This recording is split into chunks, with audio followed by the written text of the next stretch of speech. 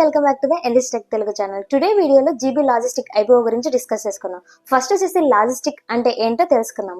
Simple గా చెప్పాలంటే ఒక ప్లేస్ నుంచి మరొక ప్లేస్ కి గూడ్స్ ని సేఫ్ గా కరెక్ట్ టైం కి ట్రాన్స్పోర్ట్ చేయడాన్ని లాజిస్టిక్ అంటారు. మరి ఈ జీబీ లాజిస్టిక్ యొక్క కంపెనీ డీటెయిల్స్, ఐపీఓ డీటెయిల్స్, అలాగే ఫైనాన్షియల్ డీటెయిల్స్, కాంపిటీటర్స్ ఎవరున్నారు, అలాగే రిస్క్ ఫ్యాక్టర్స్, రివార్డ్స్ గురించి ఓవరాల్ గా డిస్కస్ చేసుకోబోయే ముందు మన ఛానల్ ఇంకా సబ్స్క్రైబ్ చేసుకున్నట్లయితే ఇంకా సబ్స్క్రైబ్ చేసుకోండి.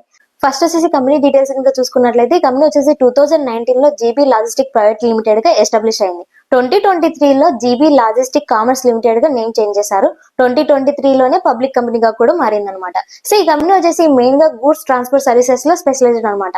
సో వీళ్ళు వచ్చేసి చిన్న పికప్ ల నుండి బిగ్ కంటైనర్ ట్రక్ ల వరకు డిఫరెంట్ ట్రాన్స్పోర్టేషన్ సొల్యూషన్స్ తో బిగ్ మరియు మిడ్ సైజ్డ్ ఎంటర్ప్రైజెస్ కి వీళ్ళ సర్వీసెస్ ని ప్రొవైడ్ చేస్తున్నారు. అంతేకాకుండా వీళ్ళ యొక్క లాజిస్టిక్ నెట్వర్క్ ని యూజ్ చేసుకుని అగ్రికల్చరల్ కమ్యూనిటీ ట్రేడ్ ద్వారా అడిషనల్ గా రెవెన్యూ అనేది జనరేట్ చేస్తున్నారు. ఇంకో విషయం ఏంటంటే వీళ్ళకి సబ్సిడరీ కంపెనీ కూడా ఉంది, జీబీ హాస్పిటల్ ప్రైవేట్ లిమిటెడ్ అనమాట. సో వీళ్ళ సర్వీసెస్ గురించి డీటెయిల్ గా చూసుకున్నట్లయితే full truck load and LCV delivery అనమాట.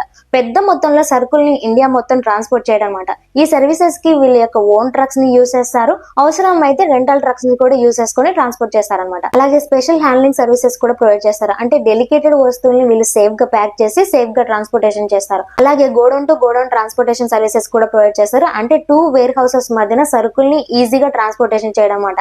అలాగే delivery above the ground floor, అంటే భవనాల అంతస్తులపై కూడా వీళ్ళు సరుకుల్ని సేఫ్ గా ట్రాన్స్పోర్టేషన్ చేస్తారు. అలాగే వీళ్ళు ఓడిఏ సర్వీసెస్ ని కూడా ప్రొవైడ్ చేస్తున్నారు. ఓడిఏ means out of delivery area అనమాట. సాధారణంగా అందుబాటులో లేని ప్లేసెస్ కూడా వీళ్ళు ట్రాన్స్పోర్టేషన్ సర్వీసెస్ ని ప్రొవైడ్ చేస్తున్నారు. అలాగే ఈ కంపెనీకి రెవెన్యూ ఎలా వస్తుందని చూసుకున్నట్లయితే ఇంకా గూడ్స్ ట్రాన్స్పోర్టేషన్ చేసినందుకు గాను చార్జ్ అనేది చేస్తారు. అలాగే అగ్రికల్చరల్ ప్రొడక్ట్స్ ని బై చేసి సేల్ చేయడం ద్వారా కంపెనీకి అడిషనల్ గా ఇన్కమ్ అనేది జనరేట్ అవుతుంది. అలాగే ఐపీఓ డీటెయిల్స్ ఇంకా చూసుకున్నట్లయితే ఐపీఓ ఓపెనింగ్ డేట్ వచ్చేసి January 24, 2025 ఉంది. క్లోజింగ్ డేట్ వచ్చేసి January 28, 2025 ఉంది అనమాట. ప్రైస్ బ్యాండింగ్ ఇంకా చూసుకున్నట్లయితే ఈచ్ షేర్ వచ్చేసి 95 రూపీస్ టు 102 రూపీస్ ఉంది అనమాట. లాట్ సైజ్ ఇంకా చూసుకున్నట్లయితే 1200 షేర్స్ అనమాట.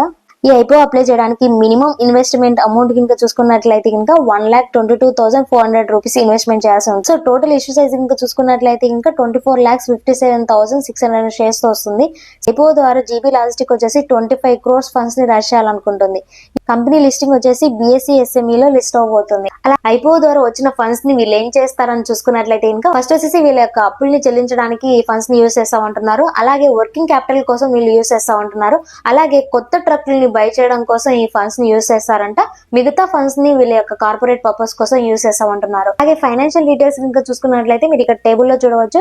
ఫైనాన్షియల్ ఇయర్ 2022 లో వీళ్ళ యొక్క రెవెన్యూ కింద చూసుకున్నట్లయితే 17.23 crores నుంచి ఫైనాన్షియల్ ఇయర్ 2024 లో 64.45 crores వరకు రెవెన్యూ అనేది ఇంక్రీజ్ అవుతూ వచ్చింది అనమాట. అలాగే ఎబిటా కనుక చూసుకున్నట్లయితే ఫైనాన్షియల్ ఇయర్ 2022 లో 1.5 crores నుంచి ఫైనాన్షియల్ ఇయర్ 2024 లో 9.26 crores వరకు ఇంక్రీజ్ అయింది. అలాగే ప్రాఫిట్ ఆఫ్టర్ ట్యాక్స్ కనుక చూసుకున్నట్లయితే FY 2022 లో 0.96 crores నుంచి FY 2024 లో 4.86 crores వరకు ఇంక్రీజ్ అవుతూ వచ్చింది అనమాట.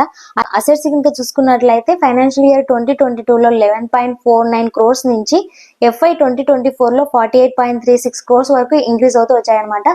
అలాగే వీళ్ళ యొక్క బారోయింగ్స్ ఇంకా చూసుకున్నట్లయితే 31 March 2022 లో 1.18 crores నుంచి 30th September 2024 లో 20.07 crores వరకు ఇంక్రీజ్ అవుతూ వచ్చింది అనమాట. ఫైనాన్షియల్ డీటెయిల్స్ ని బట్టి జీబీ లాజిస్టిక్ కంపెనీ వచ్చేసి ఫాస్ట్ గానే గ్రో అవుతూ వస్తుంది. వీళ్ళ యొక్క రెవెన్యూ, అసెట్స్, అలాగే ప్రాఫిట్స్ కూడా ఇంక్రీజ్ అవుతూ వస్తున్నాయి. అలాగే వీళ్ళ యొక్క డెప్ట్ కూడా ఇంక్రీజ్ అవుతూ వస్తుంది అనమాట. కంపెనీ గ్రో చేయించిన డెప్ట్ హ్యాండ్లింగ్ లో కొంచెం జాగ్రత్తగా ఉండాలి. అలాగే కంపెనీ యొక్క కాంపిటీటర్స్ కింద చూసుకున్నట్లయితే Mahindra logistic limited, Concor, blue డాట్ ఎక్స్ప్రెస్, అలాగే డెలివరీ లిమిటెడ్, అలాగే TVS supply chain solutions limited వంటి కంపెనీస్ తో పోటీ పడాల్సి ఉంటుంది. అలాగే రిస్క్ ఫ్యాక్టర్స్ కింద చూసుకున్నట్లయితే ఫ్యూయల్ ప్రైజెస్ పెరిగితే కనుక కంపెనీ ఆపరేటింగ్ కాస్ట్ కూడా పెరుగుతుంది. ఇది కంపెనీ యొక్క ప్రాఫిట్ మార్జిన్ పైన ప్రభావం చూపుతుంది. అలాగే పెద్ద కంపెనీస్ తో పోటీ పడాల్సి ఉంటుంది. అలాగే రివార్డ్స్ గురించి కింద చూసుకున్నట్లయితే ఈ కామర్స్ గ్రో అవుతుంది కాబట్టి లాజిస్టిక్ యూజర్స్ కూడా పెరుగుతాయి. Strong customer network, GB logistic కంపెనీకి లోయల్ కస్టమర్ బేస్ ఉంది. దీని వల్ల కన్సిస్టెంట్ గా బిజినెస్ వస్తుంది. సో ఇది అండి జీబీ లాజిస్టిక్ ఐపీఓ గురించి. ఈ వీడియో మీకు నచ్చినట్లయితే లైక్ చేయండి. అలానే మీ ఫ్రెండ్స్ కి యూజ్ అవుతుందంటే షేర్ చేయండి. Thanks for watching this video.